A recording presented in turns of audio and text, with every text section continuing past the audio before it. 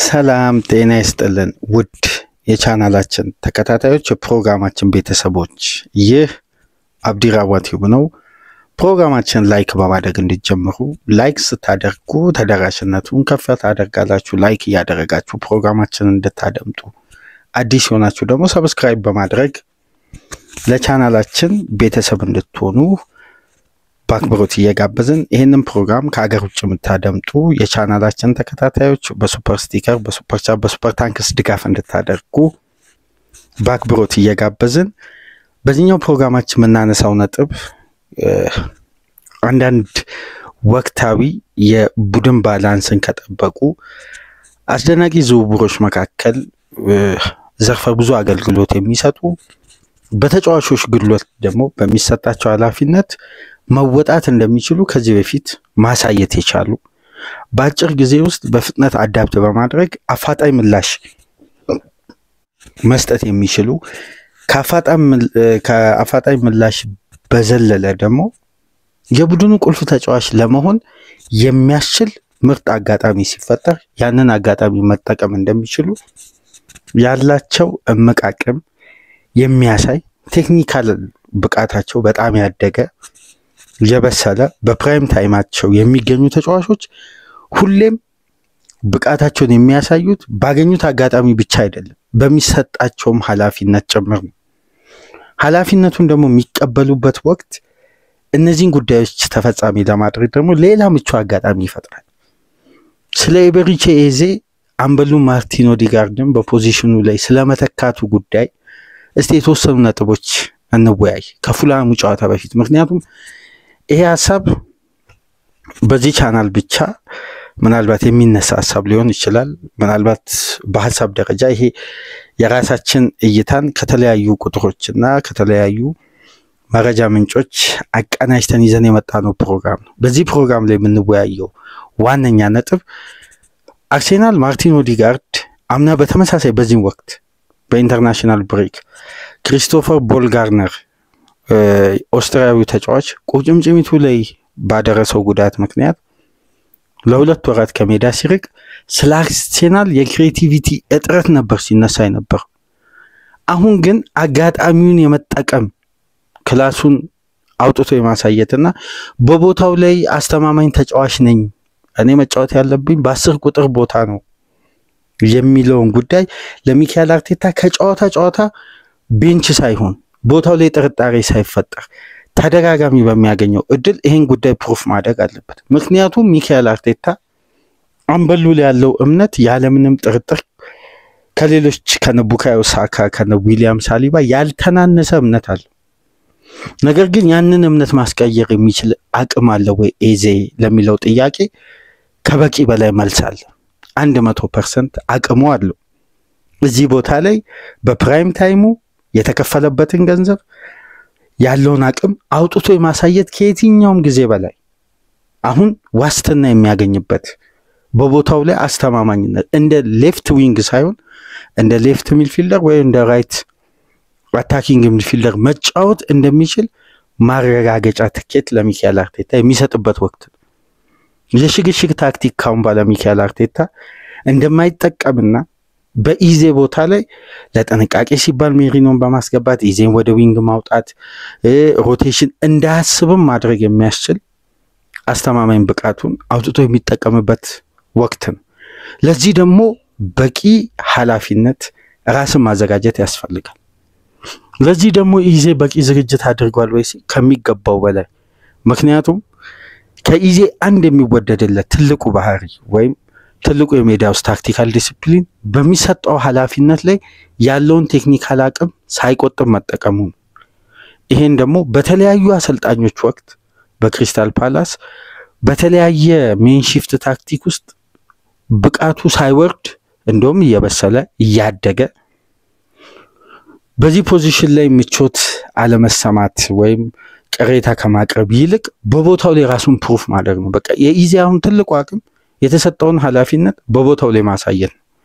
ክንፍ ላይ ከሆነ እንደ ክንፍ ተጫዋች አማካዩን እየረዳ የክሬቲቪቲ አቅሙን እየተጠቀመ እድሎችንም እየፈጠረ ለራሱ ሙከራ ያደረገ ይቆያል። አማካይ ስፍራ ላይ ግን ሲሰለፍ የክሬቲቪቲ አማካይ የ10 ቁጥር የግራ የቀኝም 8 ቁጥር ሊጫወት ይችላል። ለየት የሚያደርገው ተጫዋቹ ራሱን ብቻ ሳይሆን የቡድን አጋሮችን ነፃ ያወጣል። ኢዜ የ10 ቁጥር ቦታ ላይ ወይም 8 ቁጥር ቦታ ላይ መሰለፍ አለበት የምንለው የተጋጣሚን ቡድን በየትኛውም የማጥቃት አማራጭ ብልጫ ለመውሰድ ብቻ ሳይሆን የቡድን አጋሮችን ነፃ የማውጣቱን ቴክኒክ መነሻ በማድረግ ነው። ሜቴታ አምና የሚያገኛቸው ኳሶች እስማኤል ሳር ከዛ በፊት ከነ ሚካኤል ኦሊሴ ጋር ከነ ተለያዩ ተጫዋቾች ጋር የነበረውን ቅንጅት በፓላስ ደረጃ አይተን በአርሴናል ደረጃ ኤክስፔክት የሚደረገው ምንድነው? በነሳካ በነጊዮከሬስ በሌሎች ተጫዋቾች ይሄ ክላስ ከፍ ሲል ጥራቱ አንደኛ በአማካይ ስፍራ የተዋጣለት የአማካይ ስፍራ ጥምረት እገዛ ሲኖረው ነፃነቱ በሜዳ ውስጥ ያልተገደበ ተጫዋች ሆኗል። ስለዚህ የሚካኤል አርቴታ የዘንድሮ የውድድር ዓመት አንደኛው የታክቲክ ለውጥ ሆኖ በአብዛኛው ዳይሬክት እግር ኳስ መጫወቱ ለኢዜ ደግሞ በበለጠ ከኦዲጋርድ በላይ በቦታው ላይ አስተማማኝነት ያለውን ዋስትና ለመስጠት የሚያመች ጊዜ ተፈጥሯል። ስለ ዳይሬክት አታክ ከዚህ በፊት ብዙ ፕሮግራሞች ላይ በተለያየ ወቅት አንስተናል። በዳይሬክት አታክ ውስጥ ግን ተጠቃሚ የሆኑ ተጫዋቾች እነማን ናቸው ካልን በኢዜ መግባት ለምሳሌ ሳካ እንዴት ነፃ እንደሚወጣ በዚህ ፕሮግራም እናነሳለን። በኢዜ መኖር የአርሴናል የማጥቃት እንቅስቃሴ ጥራት እንዴት ከፍ እንደሚል ሜዳ ውስጥ ደግሞ የ10 ቁጥር ተጫዋች በብቸኝነት ሲሰለፍ የሁለቱን በቀኝም በግራም የሚድፊልደር ክፍል ወደ ሳካም ያዘነበለ ወደ ማርቲኔሊን ፖዚሽን ወረድ ያለ መጫወቱ ደግሞ ለነዚህ ተጫዋቾች በቂ የኳስ ፍሰት እንዲደርስ የኢዜ ቴክኒክ አርሴናል ቤት ከዚህ በፊት ያልነበረ አንድ ከፍ ያለ ጥራትን ይጨምራል። ምክንያቱም ኦዲጋርድ የቀኙን የአማካይ ስፍራ በመያዝ ወደ ሳካ አዘንብሎ መጫወት ይቀልዋል ከማርቲኔሊ ወደ ግራው ክንፍ ከማዘንበል ይልቅ። ነገር ግን የኢዜ ትልቁ ቴክኒክ ሁለቱንም ክንፍ ባላንስ ለማድረግ የሚያስችል ቴክኒክ መኖሩ ነው። እነዚህን ኳሊቲዎች እስቲ ነጥለን በማውጣት የተለየ አስተዋጽኦና የተለየ የሜዳ ውስጥ እንቅስቃሴ ያደረገበትን አጋጣሚ እያነሳን በአርሴናል ቤት በ10 ቁጥር ስፍራ ያለፉትን 5 ዓመት የተጫወተው ማርቲን ኦዲጋርድ በመጀመሪያ 78 ጨዋታ በሊጉ ያላደረጋቸውን ቁጥሮች ጭምር ኢዜ ያሳካበትን መንገድ ስናነሳ ለኦዲጋርድ እንደመጣ ከጉዳት ከዚህ ጉልበት ጉዳት አገግሞ ቦታው ላይ ተመልሶ ቤስት ይሆናል የሚለው ጉዳይ ግን ጥያቄ ውስጥ ሊገባ ወይ አርቴታ በአንድ ሲንግል ሆልዲንግ ሚድፊልደር ሊጫወትም ሊገደድ ይችላል። ኦዲጋርድ ላይ ያለው እምነት በዛው ከቀጠለ እሱ ያሰልጣኙ ውሳኔ ነው።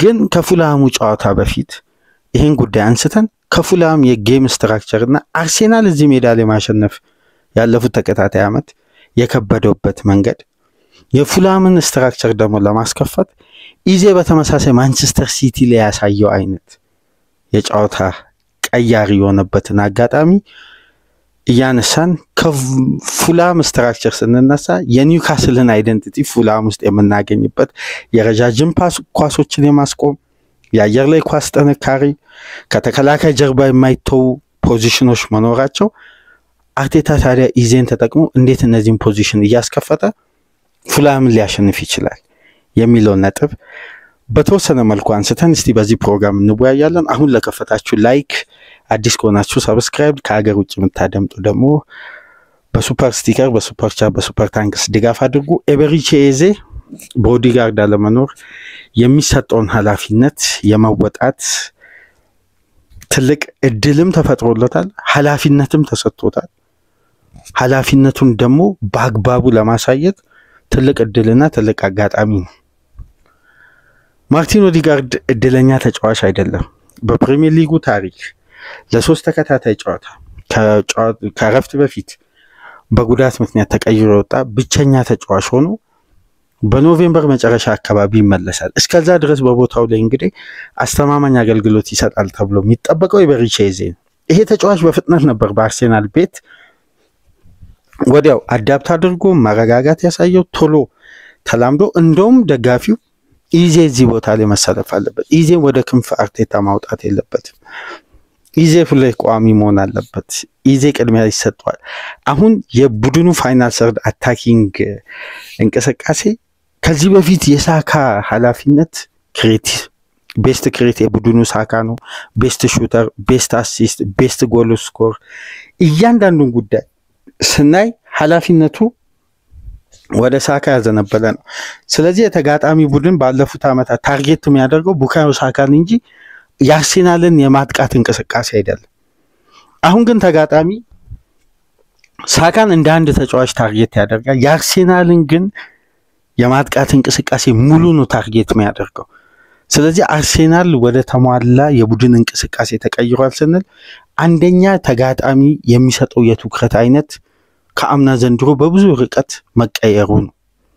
አርሴናልን ሲገጥም እንደ ቡድን መግጠም የጨዋታው ቁልፍ ሚና ያለውን ተጫዋች ወይም የቡድኑ ወሳኝ ተጫዋችን ታርጌት ከማድረግ ይልቅ አሁን የአርሴናል ሁሉም ዞን ባላንስ በሆነ እንቅስቃሴ በሶስቱም የሜዳ ክፍል ያጠቃል፣ መሀል ለመሀልም በግራም በቀኝም። ይሄ ደግሞ ሚዛኑ ተጠብቆ የማጥቃት እንቅስቃሴ ጥራት ባሉ እድሎች እንዲታገዝ ደግሞ የነ ኢዜ ቴክኒክ አሁን ወደ ወሳኝ ምዕራፍ ላይ ደርሷል። ተጫዋቹ ሁለት አስደናቂ አሲስቶችን ማድረጉን ተከትሎ 2 ግብ አስቆጥሯል። በአርሴናል ቤት በፍጥነት ነው አዳፕት ያደረገው። ለነዛ እንቅስቃሴዎች ግን የሚካኤል አርቴታ ታክቲክ ምን ያክል ኤበሪቼዜን ረድቶታል ለሚለው አንድ እስቲ መነሻ ሐሳብ እናንሳ። ዳይሬክት አታክ በቀጥታ የሚደረግ የተገኙ ኳሶችን ወደ ግብ ለማስቆጠር የሚደረግ ጥረትና እንቅስቃሴ። ለነዚህ እንቅስቃሴ ደግሞ አንድ ኢዜ የሚያገኘው ተፈጥሯዊ ነፃነት አለ ካለው የቴክኒክ አቅም። ለምሳሌ ከማንቸስተር ሲቲ ጋር የተጫዋች ተቀይሮ ከገባ በኋላ 2 ረጃጅም ኳስ ሞከረ ከተከላካይ ጀርባ። አንዱን የሲቲ ዲፕ ላይን ዲፌንሲቭ ሮል ከራሳቸው የመጫወቻ ክልል ሳይወጡ በ6 ያርድ የግብ ጠባቂ ፖዚሽን ውስጥ በ2 ሜትር ርቀት ላይ ቆመው ሲከላከሉ ለአንደኛው የክንፍ ተጫዋች ለቡካዮ ሳካ በረጅሙ የጣለው ኳስ ኦቨርላፕ የሚያደርግ ፉልባክ በእንቅስቃሴው ስለጠፋ ሳካ ወደ ኋላ ኳሱን በድጋሚ ወደ አማካይ ሰርድ ላይ መመለስ ቻለ ኳሱ። በሁለተኛ ደረጃ ግን በቀጥታ አርሴናልን አቻ ያደረገችውን ግብ ናት የተቆጠረችው። ይሄ በነገራችን ላይ ዳይሬክት አታክ አርሴናል ቤት 5 ዓመት ሙሉ አልተሞከረም። የተገኙ ኳሶች ሁሉ ወደ ማጥቃት ወይም ወደ ተጋጣሚ አደጋ ክልል የሚለው ሲስተም ሚካኤል አርቴታን ከዚህ በፊት የሚያስተቸው ዝግ ባለ ቴምቦ ይሄ የሚደጋገም የፓስ ሲኩዌንስ ያለው ተመሳሳይነትና ተቀራራቢነት ያለው የአንዱን የሜዳ ክፍል አዘንብሎ ማጥቃት ይሄ ወደ ሳካ ፖዚሽን ያዘነበለ የቀኙን የሜዳ ክፍል። አሁን ግን አርሴናል ከየትኛውም ፖዚሽን ላይ ዳይሬክት አታክን ያስጀምራል። ለምሳሌ ከኖቲንጋም ፎረስት ጋር በነበረው ጨዋታ ማርቲን ዙቢሜንዲ ሄዲንግ ሲያስቆጥር የተጫዋቹን ፔኔትሬሽን ብትመለከቱ የዳይሬክት አታክ ፍሎ ነበር። ከሊስ ጋር ግዮከሬስ ያስቆጠረውን ኳስ ብትመለከቱ ደግሞ ከግራ ክንፍ በቀጥታ ዳይሬክት ከተከላካይ ጀርባ የተጣለ ኳስ የተቆጠረ ግብ ነው። በተመሳሳይ አርሴናል ከሊስ ጋር ባስቆጠረውም ግብ በተመሳሳይ መልኩ እንደዛ አይነት ዳይሬክት ኳስ ከኖቲንጋም ፎረስት ጋር ግዮከሬስ ሲያስቆጥር ለኢዜ የተጣለው ከካሊፊዮሪ ፖዚሽን ነው። ስለዚህ ግራውን የሜዳ ክፍል የመጠቀም አቅም በአርሴናል በኩል የዳይሬክት አታክ አንደኛው መንገድ ነው። ከተከላካዩ ዳይሬክት ወደ ፋይናል ሰርድ ለኢዜ፣ ኢዜ ደግሞ በአስደናቂ ክሮስ ለአጥቂው። ከሊስ ጋር ለግዮከሬስ ነበር የተጣለው። ተጫዋቹ ራሱ ሆልድ አድርጎ የተጋጣሚን ተጫዋች ቀንሶ አስቆጠረ። ዳይሬክት አታክ የግራውን የሜዳ ክፍል ስናይ ውጤታማ እንቅስቃሴ አለ ማለት ነው። ሁለተኛው ዳይሬክት አታክ ግን የተደረገው ከማንቸስተር ሲቲ ጋር ኢዜ በዙቢሜንዲ ፖዚሽን ላይ በመገኘት የመሃል ሜዳው ክብ ግማሹን ወደ አርሴናል የሜዳ ክፍል በሚያመዝነው የሜዳ ክፍል ውስጥ ሆኖ በቀጥታ ከሲቲ ተከላካዮች ጀርባ ለማርቲኔሊ የጣለው።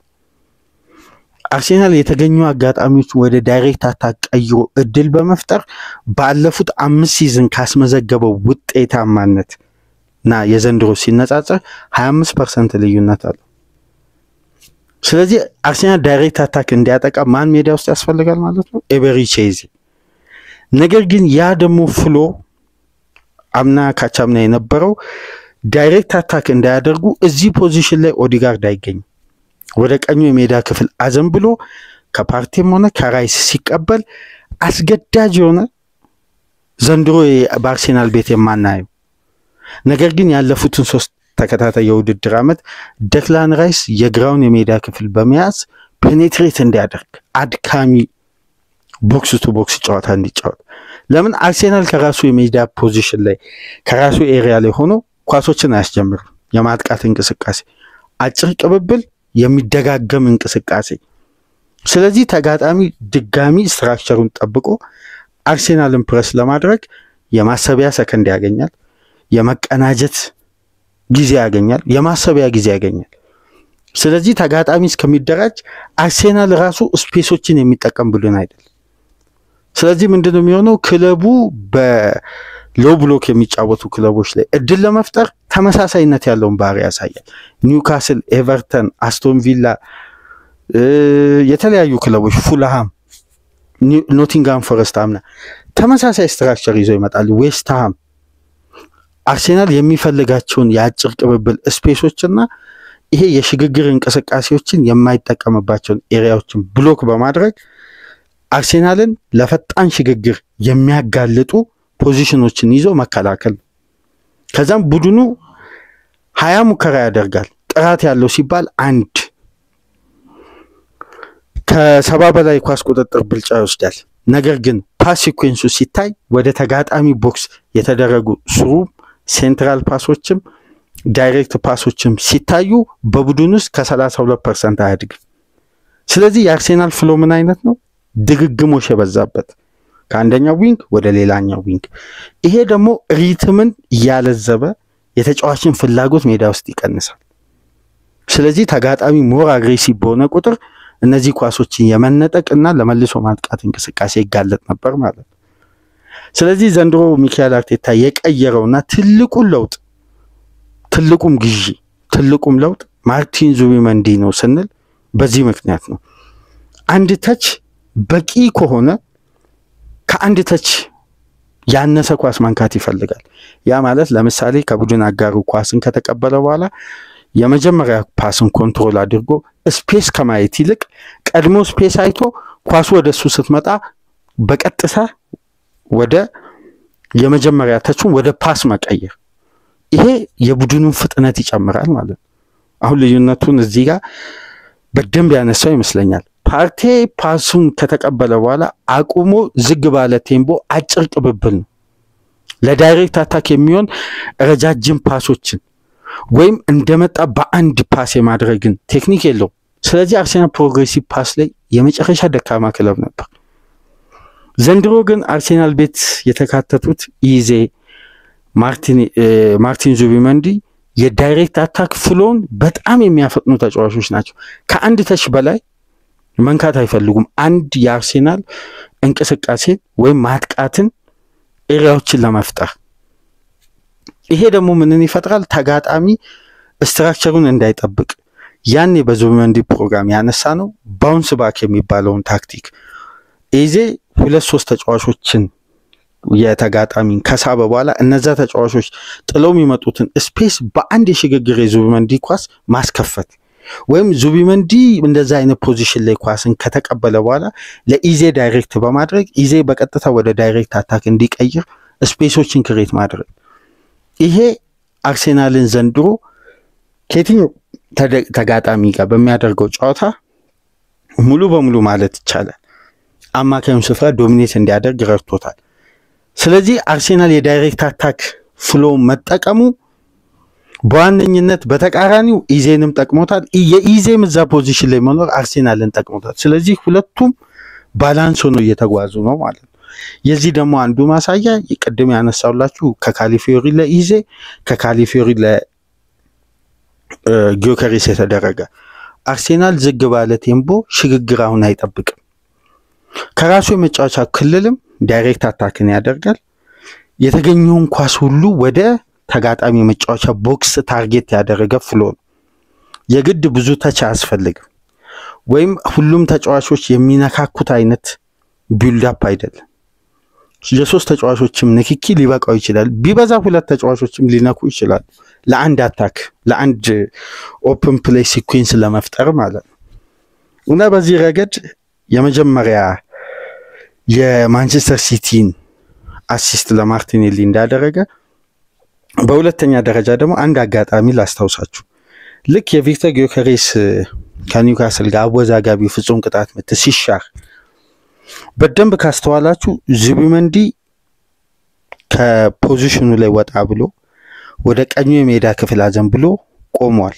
ከኢዜ ፊት ለፊት ቢያንስ 4 ሜትር ርቀት ላይ ራይስ አለ። ከሁለቱ የደብል ፒቮት አማካዮች ጀርባ ሆኖ ግን ሳካ ከተከላካዩ ጀርባ የሚሮጥበትን ስፔስ ቶናሊና ጊመሬስ ኢዜን ፕረስ ለማድረግ ሲመጡ በእለቱ የነበረው አንዱ ሴንተር ባክ ወጣ ብሎ ጊዮከሬስን ሲከተል ከተከላካይ ጀርባ አንድ ሰፊ ስፔስ ልክ እንደ ማንቸስተር ሲቲው ተፈጠረ። ከተከላካይ ጀርባ ሳካ በመሮጥ የመጀመሪያ ኳስን አሸነፈ። ከሳካ ጀርባ ደግሞ እንደገና ጊዮከሬስ አልፎ ነው ያቺን አደጋ ፈጠረ። ፍጹም ቅጣት ምት ተሰጠ። እንግዲህ በእለቱ አወዛጋቢ በሆነ ምክንያት ፍጹም ቅጣት ምቱ ተሻረ። ሁለተኛ ዳይሬክት አታክ ቢቆጠር በተመሳሳይ በተከታታይ ጨዋታ እንዲህ አይነት እድል ክሬስ ሲደረግ ከማንቸስተር ሲቲ ጋር ማርቲኔሊ ያስቆጠረ፣ ከኒውካስል ጋር በተመሳሳይ የማስቆጠር ትልቅ እድል ተፈጥሯል። እንግዲህ በእለቱ የተፈጠረው አወዛጋቢ ጉዳይ ነው ያ ግብ እንዳይቆጠር ምክንያት ሆነው። ሶስተኛ ዳይሬክት ኳስ ሌላ ጨዋታ ላይ ላንሳላችሁ። ልክ ከኖቲንጋም ፎረስት ጋር በቀጥታ ካሊፊዮሪ በዳይሬክት አታክ ለኢዜ ያሻገረበት መንገድና ኢዜ በግራ እግሩ አስደናቂ ማይነስ ለጊዮከሬስ ያደረገው ኳስ፣ በተመሳሳይ ለጊዮከሬስ ደግሞ ከሊድስ ጋር በቀጥታ ያስጀመረው። ስለዚህ አርሴናል በ7 ጨዋታ 4 የዳይሬክት አታክ ለጎል የቀረበና ጎል የሆኑ ኳሶችን ክሬት አድርጓል። አርሴናል በሙሉ ሲዝን አምና በግማሽ ሲዝን በ18ቱ ጨዋታ ከዳይሬክት አታክ 1 ግብ ነው ያስቆጠረው። በነገራችን ላይ 1 ከራሱ የመጫወቻ ክልል በቀጥታ ያ ጎል የተቆጠረው በነገራችን ላይ የዳይሬክት አታክ ሙሉ ሲኩዌንስ ባያሟላ ታስታውሱ እንደሆነ አምና አርሴናል ከብራይተን ጋር በሜዳው 1-1 ሲወጣ ዴቪድ ራያ ከራሱ የመጫወቻ ክልል ወጣ ብሎ ለካይ ሃቨርት በረጅሙ አሻግሮ ሳካ ያስቆጠራት ኳስ ሃቨርት የጨረፈው በቃ ያቺ ኳስ ነበርሽ በመጀመሪያ ግማሽ ሲዝን አርሴናል ከዳይሬክት አታክ ያስቆጠረው። ዘንድሮ ግን ከወዲሁ 4 ቢግ ቻንስ ክሬት ተደረገ፣ 3ቱ ተቆጠረ። ይሄ ነው አሁን የቲሙ ዳይናሚክስ የነ ኢዜ ሪስፖንሲቢሊቲ። በዚህ ቦታ ላይ አርሴናል ላለፉት አመታት ስሩ ፓስ እየጠበቀ የ9 ቁጥር ተጫዋች ስለሌለ ሃቨርት የስሩ ፓስ የሚያስቆጥር አይነት የሐሰተኛ 9 ቁጥር አለመሆኑ ቴክኒካሊ ማለት ምክንያቱም ግዙፍ ነው፣ ረጅም ነው። በአየር ላይ ኳሶች ከመጡ በኋላ ኮንትሮል አውርዶ ማስቆጠር ይቀለዋል። ስሩ ቦል ተደርጎ በ1-1 በዛ ተክለ ሰውነቱ ፍጥነት፣ ጉልበት፣ ኢነርጂ ተጠቅሞ ከማስቆጠር ይልቅ እዛ ፋይናል ሰርድ ላይ አጭር ቅብብል ከዛም በኋላ ማስቆጠሩ ለተጫዋቹ ይመቻል። ስለዚህ ለስሩ ቦልም አይመችም። ክሮስ ሲደረግ ደግሞ በተጋጣሚ የማርኪንግ ስትራክቸር አሁን ክሮስ ግብ ሊጉ ላይ መቆጠር እድል በጣም ዝቅተኛ እየሆነ መጥቷል። ክለቦች ከሚወስዱት የራሳቸውን ዞን ይሄ በዞናል ማርኪንግ ጥብቅ ከመሆኑ የተነሳ የክሮስ ጎልም ለማስቆጠር በርካታ ውጥረት የተሞላው የዲፌንሲቭ ስትራክቸር ባለበት የማስከፈቻው መንገድ ግን የአርሴናል የበለጠ ለተጋጣሚ ስትራክቸር የሚመች ነበር። አሁን ግን ሶስቱም የሜዳ ክፍል በእኩል መንገድ የሚያጠቁበት እንቅስቃሴ ነው። ታዲያ ይሄን የዳይሬክት አታክ እንቅስቃሴ ኢዜ በዚህ ደረጃ ጥራቱን ከጨመረ አንድ ደግሞ የዘንድሮ የውድድር ዓመት አስደናቂ ቁጥር ስመለከት ነበር። በአንድ ዌብሳይት ላይ ሰርች አድርጌ ያገኘሁት አንድ ወቅታዊ የፕሪሚየር ሊግ በሙከራ በኩል እየመሩ የሚገኙ ተጫዋቾች በአማካይ በየጨዋታው አርሴናል ለምሳሌ አምና በዚህም ወቅት አንዱ የቡድኑ ቁልፍ ተጫዋች በአማካይ በጨዋታ በመጀመሪያ 10 በሁሉም ውድድሮች ጨዋታ ለአርሴናል ትልቁ ሙከራ በአማካይ የሚያደርገው ሳካ ነበር። 2.1 በየጨዋታው ማለት ከሁለት በላይ ግን 3 ያለው ነው።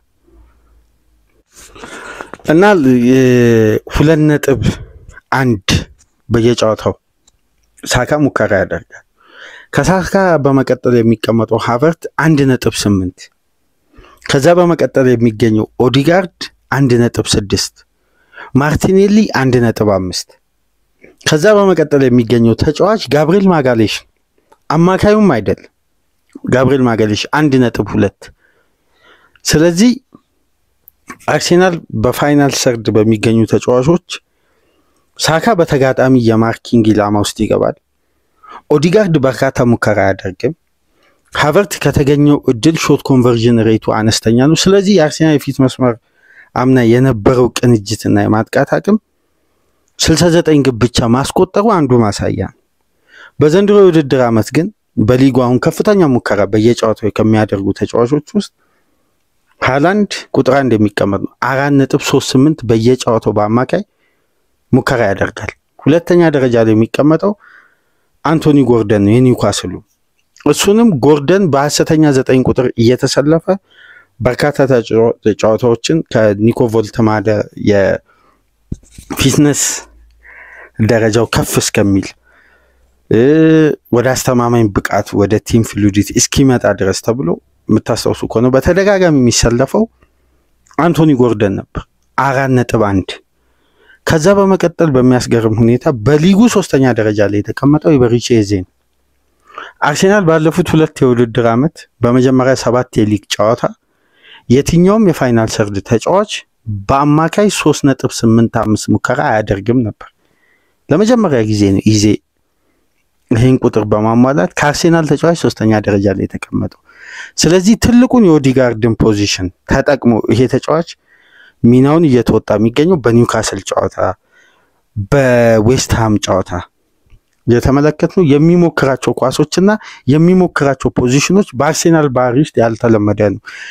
አንድ ምስል የፕሪሚየር ሊጉ የለቀቀውን በስክሪናችን ላይ እስቲ እንመልከት። አንድ ኳስ ብቻ ከኤሪያ ውጪ መሞከር ችሏል። ከተጋጣሚ ቦክስ ውስጥ ኢዜ እስካሁን ድረስ የሞከራቸውን ኳሶች ብትመለከቱ አሁን 6 ኳስ በጥቁር ምስል ያለበት 4 ኳስ ደግሞ በነጭ ምስል ያለበት ነው። የአራቱ በነጭ ምስል የተቀመጠው እንቅስቃሴ እና የሙከራ አይነት በነገራችን ላይ ቢግ ቻንስ ነው። በዚህ ደረጃ እድሎችን እያገኘ ነው በተጋጣሚ የመጫወቻ ቦክስ። ለምሳሌ ማርቲን ኦዲጋርድ በተጠናቀቀው የውድድር ዓመት ለ8 ተከታታይ ጨዋታ ከተጋጣሚ የመጫወቻ ቦክስ ውስጥ ሙከራ አላደረገም ነበር። ለ8 ተከታታይ ጨዋታ በሁሉም ውድድሮች። ኢዜ ገና በፈረመበት የመጀመሪያ ጨዋታ እንኳን ከሊቨርፑል ጋር ተቀይሮ ገብቶ አንድ ቢግ ቻንስ ክሬት ማድረግ ችሏል። አንድ ከዛ ጨዋታ አንስቶ እስከ መጨረሻ ሳምንት የዌስትሃሙ ጨዋታ ድረስ ተጫዋቹ በአማካይ በየጨዋታ 0.4 ቢግ ቻንሶችን ክሬት ያደርጋል። ወይ ራሱ ይሞክራል ወይም ለቡድን አጋሮቹ አመቻችቶ ያቀብላል። ለምሳሌ ኒክ ፖፕ ከኒውካስል ጋር ያወጣቸው 2 አስደናቂ ሙከራዎች፣ አንድ በግራ እግርና አንድ በቦክስ ውስጥ አየር ላይ የመጣ ቮሊ ኳስ የሞከረው። ስለዚህ የክሬቲቪቲ አቅምን በማሳደግና በኳሊቲ ከተመለከትን እነዚህ ስታቶች፣ እነዚህ ፖዚሽኖች፣ እነዚህ እንቅስቃሴዎች የሚያሳዩት እዚህ ፖዚሽን ላይ ይዜ የተሻለ አገልግሎት እንደሚሰጥ ነው። እንግዲህ ከእውነታው በመነሳት ማለት ነው እዚህ ጋር የተቀመጠው አሁን አርሴናል በዳይሬክት አታክ ከረፍት በፊት ባለፉት 2 የውድድር ዓመት 4 ቢግ ቻንስ በተጋጣሚ መጫወቻ ቦክስ ከሜዳ ውጪ ክሬስ ሲያደርግ በቶፕ 6 ዲቪዥን ወይም ላለፉት 5 ዓመት ለሻምፒየንስ ሊግ ከተሳተፉ ክለቦች ውስጥ ባደረገው ጨዋታ ከሜዳ ውጪ 4 ቢግ ቻንስ ክሬት ያደረገው በኒውካስል ጨዋታ ዘንድሮ ነው። ከነዚህ 4 ቢግ ቻንሶች ደግሞ 2ቱ ክሬት ተደርገው የተሞከሩት በኢዜ አማካኝነት ነው። ስለዚህ ይሄ ቀላል የሚባል የክሬቲቪቲ አቅም አይደለም፣ በጣም በሊጉ የሚፈለግ ነው። ስለዚህ እስቲ ኦዲጋርድና ኢዜን ደግሞ ያለፈውን የውድድር ዓመት ጨምሮ አንዳንድ ቁጥሮችን እናነጻጽር። ይሄኛው ንጽጽር በነገራችን ላይ በግልጽ እውነታ የሚያስቀምጥ ንጽጽር ነው። 2532 ደቂቃ ኦዲጋርድ ሲጫወት ኢዜ ደግሞ 2937 ደቂቃ ምና ተጫውተዋል። በሙከራ ደረጃ ኢዜ በእጥፍ ይበልጣል ሙከራ በማድረግ። ኦዲጋርድ በሙሉ ሲዝኑ ያደረገው ሙከራ 53 ነው። ኢዜ 119 ሙከራ አድርጓል። ያውም ክሪስታል ፓላስ፣ ያውም የሎው ብሎክ ቡድን። እዚህ ላይ ደግሞ የባክስሪ ሲስተም የሚጠቀም የመልሶ ማጥቃት ቡድን አማካይ ስፍራ ላይ የአንድ አደም ዋርተን የትራንዚሽን ኳስን የሚጠብቅ ቡድን ሁለት እንደ ዊንግ ባክ ሳይሆን እንደ ፉል ባክ የሚያገለግሉ በአብዛኛው ወደ ዲፌንሲቭ አክሽን የሚያዘነብሉ ሙኒዝም ሚቼልም ባሉበት። ስለዚህ ወደ ፋይናል ሰርድ ለመግባት ለፓላስ ትልቁ አቅም የዋርተን ፓስ ዋርተን ማርክ ከተደረገ በቀጥታ በረጅም የሚጣል ኳስ ነው። በዚህ ስብስብ ውስጥ ሆኖ 119 ሙከራ፣ ማርቲን ኦዲጋርድ ግን በአርሴናል ቤት 53 ሙከራ። አሁን ልዩነቱ እዚህ ጋር ነው። በእጥፉ ይበልጣል የኢዜ ሙከራ። በኤክስፔክትድ ጎል ደግሞ ኢዜ 11.8 ኦዲጋርድ 4.95። እዚህ ላይም በእጥፉ ይበልጣል። ጎል በማስቆጠር ኦዲጋርድ 3 ኢዜ 8 በእጥፍ ነው አሁን የሚበልጠው። እና ኤቨሪቼ ኢዜ በክሪስታል ፓላስ ቤት ቆይተው በርካታ ግብ ካስቆጠረባቸው ክለቦች መካከል አንደኛ ደረጃ ላይ የሚቀመጠው ደግሞ የቅዳሜው ተጋጣሚ ፉልሃም። ፉልሃም ላይ ካስቆጠራቸው ግቦች ውስጥ ለምሳሌ 3ቱ ከዘንድሮ የአርሴናል ታክቲክ ጋር በቀጥታ ተቀራራቢነት አለው። ለምሳሌ ከኤሪያ ውጪ አንድ ግብ፣ በተጋጣሚ መጫወቻ ቦክስ ውስጥ ከግራው የሜዳ ፖዚሽን ላይ በቀኝ እግሩ ያስቆጠረው፣ ከቀኙ የሜዳ ፖዚሽን ደግሞ በተቃራኒው በግራ እግሩ ያስቆጠረው የሾለረስ ፓርክ እንቅስቃሴ ነው። ስለዚህ በኦዲጋርድ ቦታ የተጫዋች ኃላፊነት ቢሰጠው ከኦዲጋርድ በተሻለ ቦታው ላይ መንቀሳቀስ እንደሚችል ነው እውነታው የሚያሳየውና ሚካኤል አርቴታ ባይፈልግ ቅድመ ጥንቃቄ ቢመርጥ እንኳን ኢዜን የማስሰለፍ አስገዳጅ ውሳኔዎች ሊገባ ነው እነዚህን እውነታዎች ስንመለከት ማለት ነው።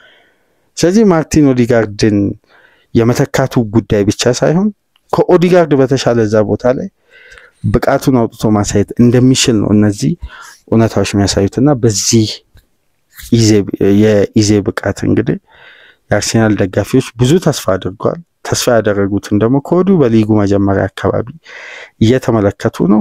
እስቲ ቅዳሜ ዕለት የወትሮውን አይነት በፉልሃም ላይ የሚያሳየው ግብ ማስቆጠር፣ ግቦችን አመቻችቶ የማቀበል የበላይነት ዳግም ኢዜ በክሬቨን ኮቴጅ ያሳይሁን አብረን በጋራ ቅዳሜ የምንመለከት ይሆናልና ይሄ ለመንደርደሪያነት ከቅዳሜ ቅድመ ጨዋታ ግምገማ በፊት ይዘን የመጣ ነው። በኦዲጋርድ ቦታ ኢዜ ቢሰለፍ ኃላፊነቱን መወጣት ይችላል ወይ በአግባቡ የሚለውን ጉዳይ እንግዲህ በተወሰነ መልኩ እስቲ ሐሳቦችን አንስቶ የተወሰኑ ነጥቦች ላይ ለመወያየት በዚህ ደረጃ ሞክረናል። የእናንተን ሐሳብ አስተያየት በኮሜንት መስጫ ያስቀምጣችሁ፣ ላይክ፣ ሼር፣ ሰብስክራይብ ማድረጋችሁ እንዳትረሱ።